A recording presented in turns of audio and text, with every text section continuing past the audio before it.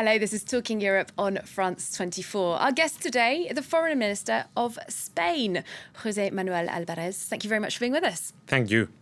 Well, just to explain to our viewers, you may remember, in fact, that along with Italy, Spain suffered one of the worst outbreaks of the coronavirus at the start of the pandemic back in 2020. Today, though, it has one of the highest vaccination rates in Europe, the EU's fourth biggest economy, also set to be one of the biggest recipients of EU recovery funds, which is now starting to be spent. So, José Manuel Álvarez, I'd like to start with the coronavirus pandemic. Almost 80% of eligible people in Spain now vaccinated against COVID-19, 100% of seniors. Now, the president of the Spanish Vaccinology Association, though, he said recently, the virus is here to stay. We have to get used to living with it. Is that also your government's view? The government, at any rate, we are ready. For whatever might happen with the virus. We are going to be protecting our people as long as it's needed, whether it's for this pandemic or for the other. For instance, we are going to take full availability of the possibility given by the European Authority of giving a third booster for our population, and we are also going to take care of kids confronting COVID. So right now, with all the figures that you just said, 80% of our population more or less with full vaccination, we are starting to see the light at the end of the tunnel, but we are not relaxing at all. We will continue the effort. Indeed, the European Medicines Agency just this week authorised a third Pfizer vaccine dose for all people over 18. There is some debate, though, around the world and among scientists particularly about whether this is fair and whether this is wise, indeed, for the pandemic, when so many lower income countries in the world, particularly Africa, are so far from anything like Spain's 80% vaccination rate. Both things are compatible. The Spanish government is proving it. We have one of the highest rate of vaccination in the world. We are always, whatever statistic you take, we are among the 5 first countries in vaccination. And at the same time, we are donating millions of vaccines to different countries in the world, very especially in Latin America. In Latin America, it has been already close to 15 million vaccinations. So it's more about donations. What about the idea of loosening up the laws around intellectual property? A majority of members of the European Parliament voted recently in favour of temporarily changing the intellectual property laws on patents and things so that these vaccines can be produced elsewhere, in fact. Why not? I mean, one thing is clear. We must all understand that no one is safe until everybody is safe. Therefore, vaccinating someone in Africa, vaccinating in Latin America is protecting our own people. Maybe the waiver on the rights, it's going to take too long, where a donation is the fastest way. Spain is fully into the COVAX system and also in bilateral donation. We will continue that path. All right. Here in France, a dispute with Britain over post-Brexit fishing licences for UK waters has been heating up in recent days and weeks. And of course, there are Spanish fleets that fish in British waters as well. So I wanted to talk to you about that. The British government has given out just a handful of licences to the French applicants. Now, on Tuesday of this week, France's Prime Minister told lawmakers in the National Assembly here in Paris that the UK is not respecting its commitments under the Brexit deal signed with the EU, of course. He wants stronger action from the rest of the European Union. Does Spain support France on this? What we want is the closest possible agreement with the United Kingdom. The United Kingdom has decided to leave the European Union. That's a decision that goes back to the British people. From there on, we want that close relation. We have been very close. We have one of the highest population of Britain in Europe today, but we will also want total European Union solidarity.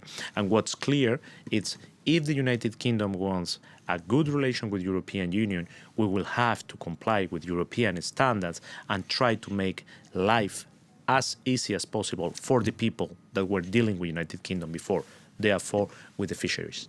And, well, there has been the French Seas Minister has talked about switching off the power supply to the Channel Islands, which are a UK crown dependency, of course. What kind of action would you support the EU taking? We support dialogue, we support a good agreement, and we support to keep things down. Let's see where we can go. And of course, the Brexit negotiation has had peaks, and then it has gone down. We are going to defend, of course, European Union interest, but also we will be in favor of dialogue. Just another Brexit-related issue. The European Council this week gave the green light for post-Brexit talks between the Commission and the British government on the future EU relationship with Gibraltar. The British government has expressed concern in the recent past that your government may try to challenge the UK's sovereignty in Gibraltar, this based on earlier draft negotiation documents. Are they right to be concerned about that? Well, on sovereignty, as you know very well, there is a dispute. I don't have to explain it. It's very clear. My first trip as a foreign affairs minister was to London, right the day after that mandate of the Commission was issued. I was talking with the Minister of Foreign Affairs of the United Kingdom, Dominic Raab at the time, and I was very clear. What we want is an area of common prosperity between Gibraltar and the rest of that region.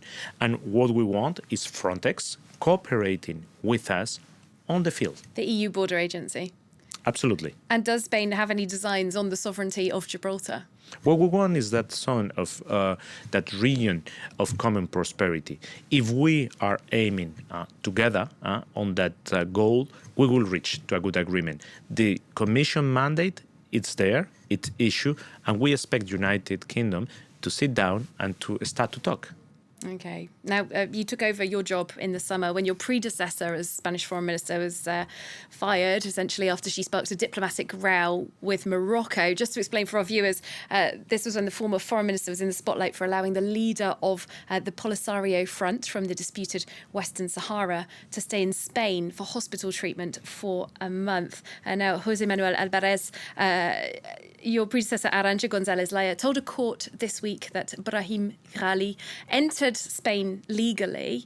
I know, of course, the court will follow its due process. Do you regret Arantxa González Laya's handling of this incident? The government always respects the law. I'm totally confident that this time the government did it as well. What's very important, Morocco, it's a very important country, a friend of Spain, and the relationship that we want both of us, and the King of Morocco, in his speech, August 21st, he stated very clearly what we want: confidence, mutual respect, and mutual benefit. That's exactly what Spain wants. So we are in the good path. Well, indeed, there was a diplomatic crisis that peaked when Morocco allowed more than 10,000 migrants to surge into a Spanish enclave in North Africa, Ceuta. This was seen as being a punitive move by Morocco. Are those relations with Morocco now normalised?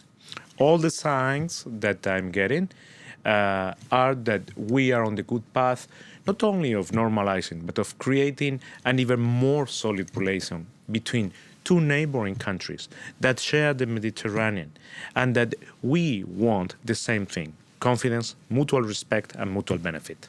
Okay, another news item from earlier this week when we had a court in Italy that suspended the extradition case of the exiled Catalan independence leader Carles Puigdemont.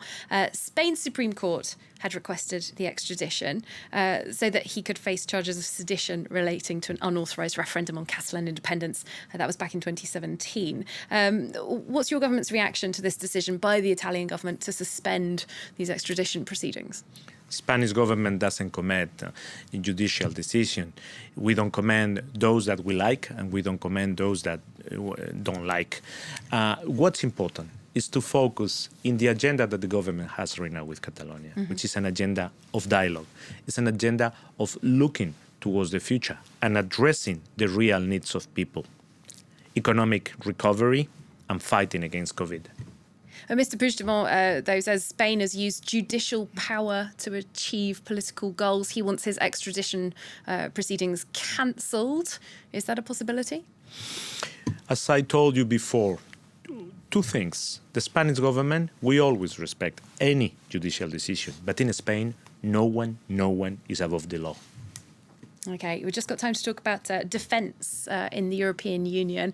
France and Greece recently announced a military pact. As you know, it means that France would come to Greece's military aid if requested, and Greece were under threat. And Greece would reciprocate by helping France in sub-Saharan African military operations with France. Now, this has ignited some tensions with Turkey. Does Spain support France?